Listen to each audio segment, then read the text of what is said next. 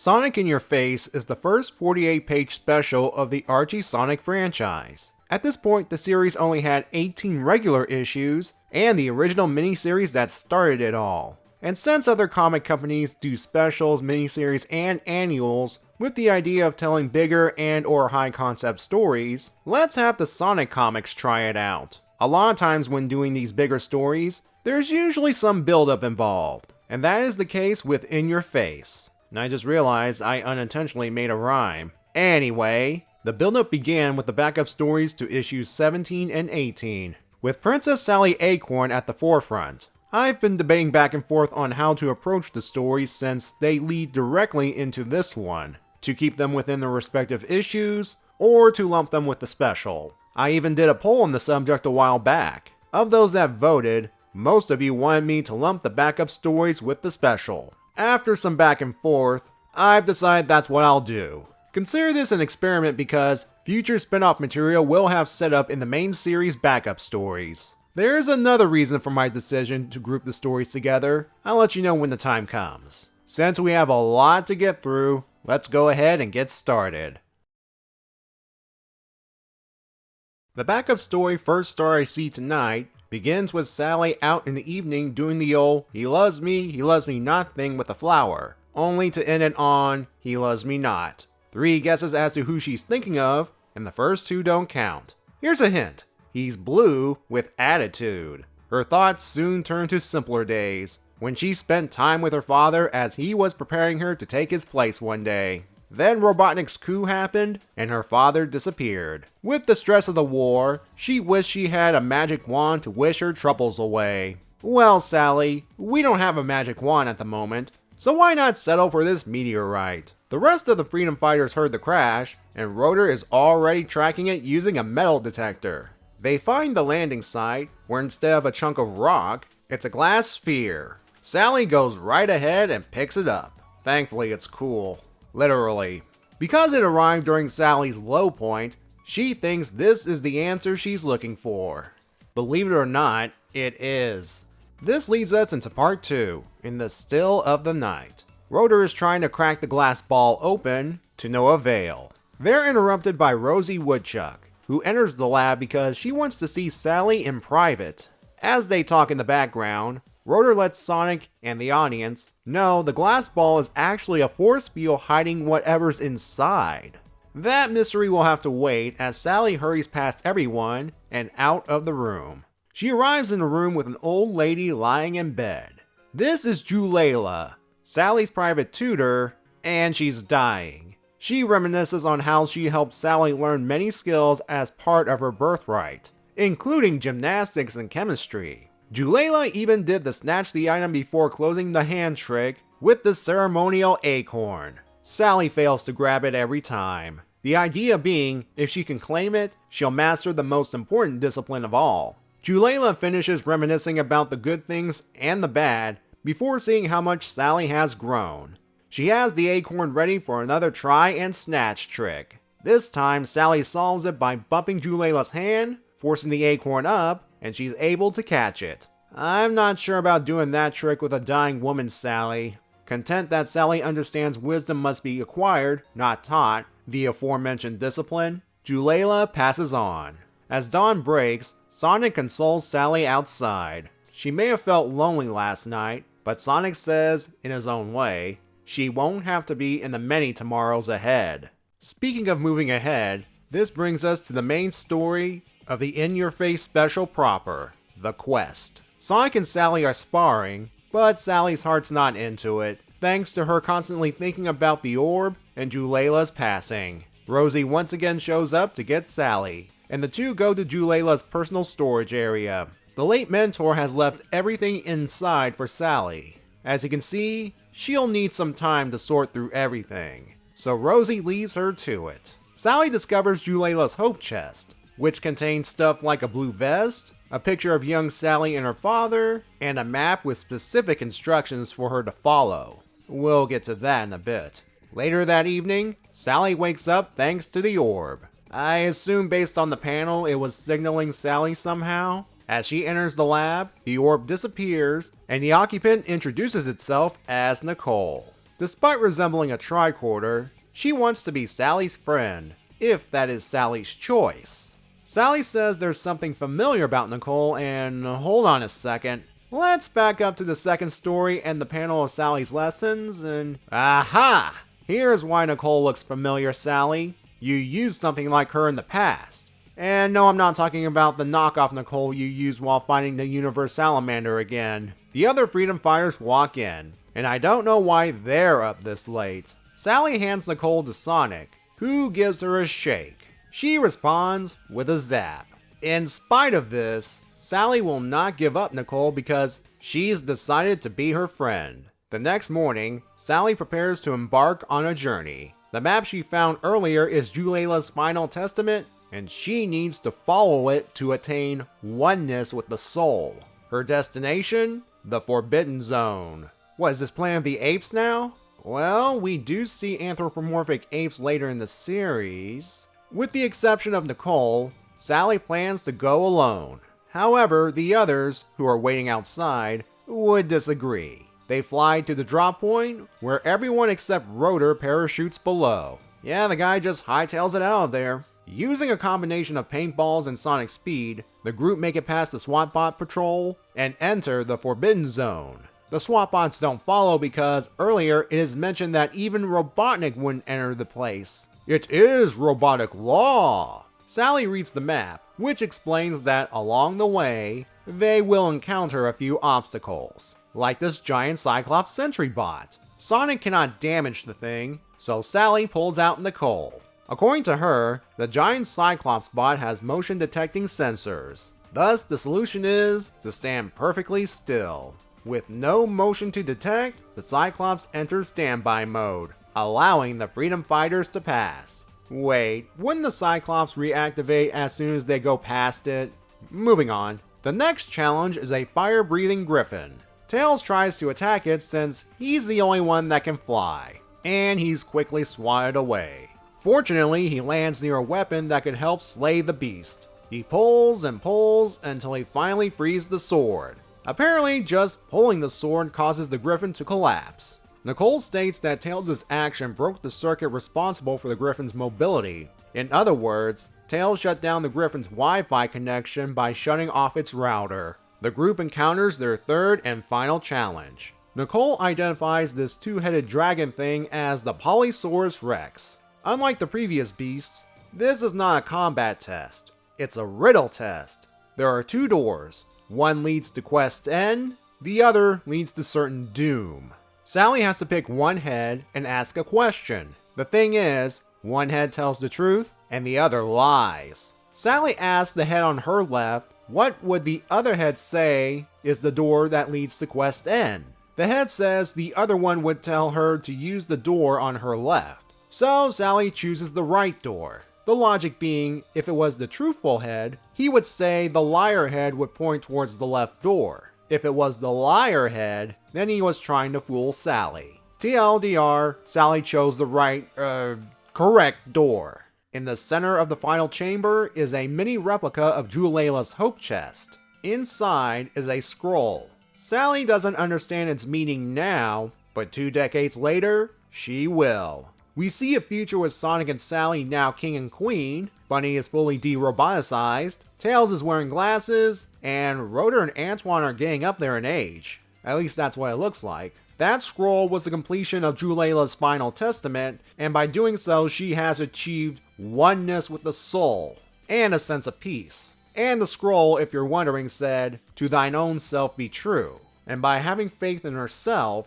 they ultimately defeated Robotnik, settled down, and started a family. And these kids are lucky enough to have a grandfather in their life. Yep, they found him in the intervening years. Rotor finishes his newest creation, an advanced AI computer in handheld form named Nicole. Sally gets emotional holding her again. She was destroyed during the final battle with Robotnik. This reunion is short-lived as Rotor sends Nicole back in time, to the moment Sally wished for a magic wand to make all distress go away. Future Sally realized Nicole was a gift from her to her, and she knew her past self will need Nicole to get through some tough times. The story ends with Sally on the balcony, looking up at the night sky. If you look at the editor's note below, it asks whether or not this takes place in the future or a possible future. Spoilers, it's a possible future. The special is not over yet. We have a 2-page story written and drawn by a newcomer to the Sonic comics, one Patrick Spazzanti, or Spaz for short. His story, The Mirror Zone, has Sonic and Tails pursue a SWAT bot carrying a secret message into another zone, one in which the text is backwards. The idea was to have the reader hold up their comic to a mirror so they can understand the text. But thanks to the magic of editing software, I can easily flip it for all to see. Anyway, Sonic and Tails deal with the SWAT bot and get the message. Only Robotnik has encoded it. One look at it, and you can tell, like in the Mirror Zone, the text is backwards. So let's flip this around. This message is basically Robotnik trolling Sonic while channeling his inner evil queen from Snow White. Yeah, that was time well spent. We have one more story to get through, and it features Tails in his first ever solo adventure. He's on his way to the local Sonic fan club's big convention. When he arrives, he's greeted by Sheldon, the convention president, and the resident Sonic expert, Posse. No, not Posey, Posse, because she's a possum, you see. We learn the reason Sonic is here is because Sonic turned them down. Well, that's rude. Posey guides Tails to a podium so he can give a speech he did not prepare for. Instead, he shares a story about something that happened on the way to the con. He was flying on his biplane until he encountered one of Robotnik's giant robots, the Toadzilla. He shot at it and punched it off the edge of a cliff. The Toadzilla grabbed Tails and both went into the water. Tails obviously survived, but Toadzilla is history. That sounds amazing, right? Well, funny thing, the story Tails told is overly exaggerated. Yeah, what a surprise. Here's what really happened before reaching the convention. He was walking through the forest because it was too thick to fly. And the encounter with Toadzilla is actually a real toad surprising Tails, and he falls into the water. Well, Tails, you're about to face a real big threat. Robotnik has arrived to roboticize the congoers. In hindsight, it's probably not a good idea to host a Sonic the Hedgehog convention during a war, lest you attract the hero's arch nemesis. The congoers, Posse in particular, aren't worried. They're confident Tails will easily take care of Robotnik after the Toadzilla incident. Well, there's a reason people keep referring to Tails as Sonic's apprentice. One slap from Robotnik's machine, and Tails is bouncing around all over the place like he's in a pinball game. Posse foolishly standing up to Robotnik gives Tails his second wind. Since fighting Robotnik won't work, perhaps he'll trick him. He holds both his tails still while his body rotates instead. All of this spinning is making Robotnik dizzy enough that he falls over and breaks the machine. He gets away swearing revenge. After he lies down for a while, the congoers hail Tails as a hero, and they head back to the convention. Tails implies that he's going to confess that the Toadzilla story was exaggerated, and that's where the story and special end. I don't have much to say about the Mirror Zone story, except it introduces new talent to the book, one that will gain significance in the series. I'll save that for another time. Otherwise, this, as well as the Tails story, is a nice bit of lighthearted fun when you compare it to the more relatively serious main story. We'll get to that in a bit. I'm not giving the Mirror Zone a score because it's very short, and it's kinda hard to dive deep into a story where the idea is you hold a comic against a mirror to read it. Tails' Tallest Tale is indeed Tails' first solo adventure, if you don't count Sonic introducing it here. Other stories like issue 14's Tails' Taste of Power had the Two-Tailed Fox as the central character, but it also features Sonic and or the other Freedom Fighters. Here, Tails is by himself with new original characters attending a Sonic convention. Although Robotnik did crash the con, how Tails defeated Robotnik is both ingenious and baffling. Making him dizzy is one thing, but to basically turn your body instead of your tails to do so? Wouldn't he fall to the ground if he stopped his tails? Here I go again. trying to bring logic into a comic series based on a speedy video game animal. Defeating Robotnik by outsmarting him plays into a personal headcanon I have about Tails. And I'm sure I'm not the only one thinking about this. Back in the aforementioned Tails' Taste of Power, he temporarily gained super knowledge by eating the Tree of Wisdom's fruit. While it seems Tails returned to normal at the end, I think he still has some lingering effects, which will eventually lead him to develop his intelligence until he becomes on par with his game counterpart. This trick he pulled with Robotnik may be an example of the lingering intelligence poking through. I do wonder why Robotnik personally went to the Sonic convention instead of sending a robot to capture the attendance. It must be an ego thing. Anything Sonic related, he must personally deal with it. And I get that Sonic's heroic reputation would amass a bunch of fans. But as I said earlier, it's risky to hold a convention in these dangerous times. It worked out for them in the end, but what if Tails wasn't there when Robotnik attacked? I'm giving the story an 8. It's a fun romp that has Tails as the hero, and he also learns that maybe you shouldn't brag about things that didn't actually happen.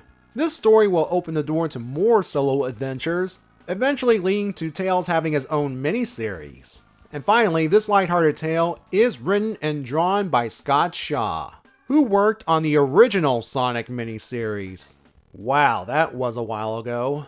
And now my thoughts on the main story. This plus the two smallest stories that preceded it are very different in tone, on par with the Sonic SatAM cartoon series. Up until this point, the comic series has been closer to the adventures of Sonic the Hedgehog tonal-wise, with comedic gags, goofy lighthearted plots, and the occasional homages. But here, they're almost non-existent. We have a character going through a low point, and the first death in the franchise. I have a theory about this sudden tonal shift, which I will repeat in later reviews. I think this is the first time Ken Penders was in the driver's seat in terms of story writing. Now, Mike K is credited as co-writer like all stories he and Penders wrote so far, but those previous stories had the goofier tone I mentioned earlier. For example, issues 17 and 18, where the two build-up stories originated from, their main stories, a King Kong parody,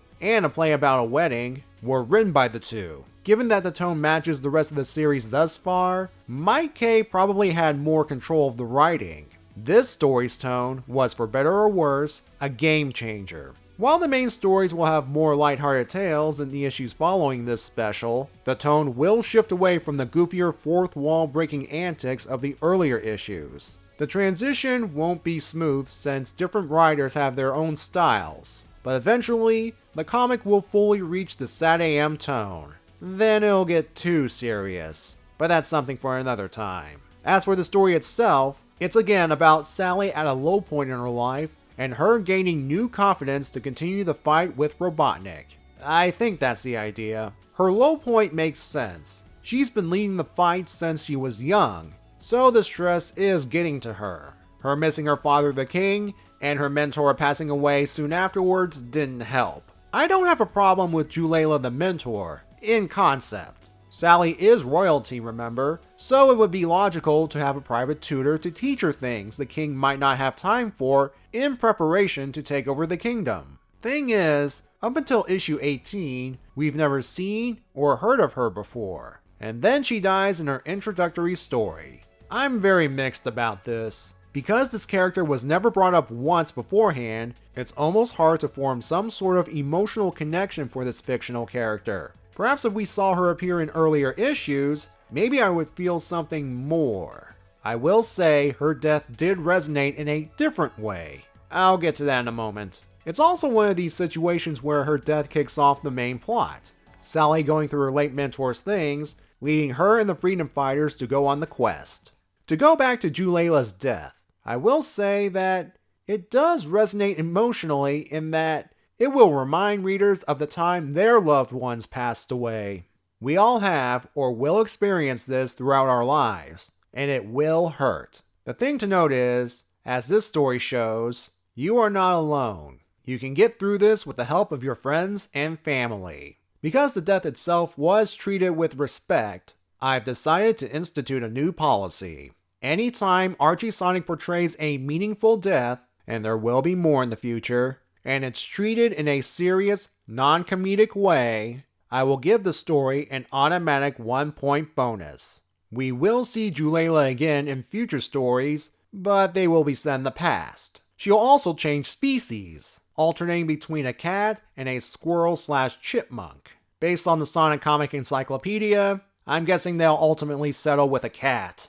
Although Sonic wikis do say she's a chipmunk, but those can be edited by anyone. So her actual species will remain a mystery. Oh, and that ceremonial acorn? It turns out there's a secret prize inside. A ring. But that's something for a future issue.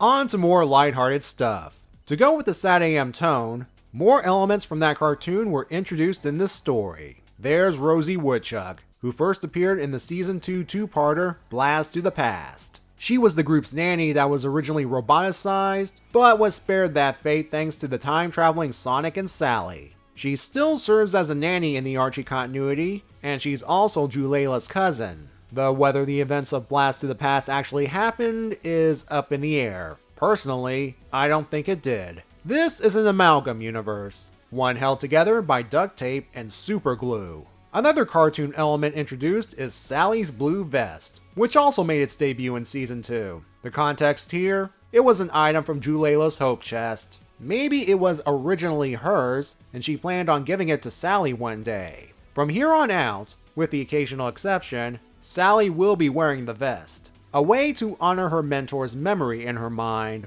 Given that issue 19 is the first main issue featuring Sally in the vest, we can firmly establish where the special and its 2 preceding stories fall in the comic timeline. Finally, the big Sad AM element makes her debut in the comics. The super advanced AI computer, Nicole. Her canon debut, I should add. If you remember my issue 4 review, I talked about a lost story that had Sally acquiring Nicole in a different manner. Ultimately, that origin was rendered non-canon. The reason she's so advanced, it's future technology given to Sally from her future self, or rather, her alternate future self. Because of this, I would buy Nicole having knowledge of all the trials the team would go through during the quest. Sally's future self might have had Rotor program all that data and experience into the machine. I'm guessing Sally also had Rotor program Nicole with some sass, based on her response to Sonic's shaking. Needless to say, she will help the team out of some sticky situations in the future. As for the quest itself, it's pretty standard stuff. You know, solving trials by being smart, using unconventional methods, and so forth. Though it did give Sonic and Tails a chance to shine in this Sally-centric story. It might as well be just those 3. Antoine was useless as usual, during this time frame at least. But Bunny? She has all those cybernetic enhancements, and she didn't use them at any point. There are some questions I have about the trials that we could spend a long time talking about. Did Julayla set up the whole thing for Sally? Or did she sneak past the machines to get the prize in the chamber and then get out? If the former, did she find those machines? Or did someone build them at her request? And why would Robotnik not enter the area? Were there rumors about how bad the place was and he believed them? Because I would think if Robotnik discovered these machines, he would at least try to take control of them. One more thing I want to talk about is this future. It seems very nice, with Sally being a ruler alongside Sonic, the 2 having kids, which follows the classic girl resembles mom and boy resembles dad cliche, though they both inherited Sonic's speed and the recovered king. Oh right, the king! I forgot! He was a Sad AM character too, that also debuted in Season 2. My bad. Anyway, this future. It's all too good to be true, which means it's not the true future. In hindsight, that's probably a good thing, I think. Because to hint at something for later on, this world has no future. And now I feel bad for these characters. My final score for the quest, along with the 2 stories preceding it, is a 7. But if you include the +1 bonus for a respectful death, it gets an 8. Despite the flaws I mentioned, it is a fun little story that captures, for the first time, the Sad AM spirit, especially with Art Mahoney doing the art. In fact, the quest reminded me of the Saturday AM episode Sonic and the Secret Scrolls, where the team go on a quest to find information on the 7 Wonders of Mobius. And like in this story, Nicole was key to solving riddles and puzzles along the way. With the story's focus being on Sally, I wonder if the idea at this point was to have her be just as prominent as Sonic and Tails. This is something I'll dive more into when I eventually cover the Princess Sally miniseries. For now, I'd like to thank everyone for joining me on this surely to be a very long video, and have a good day.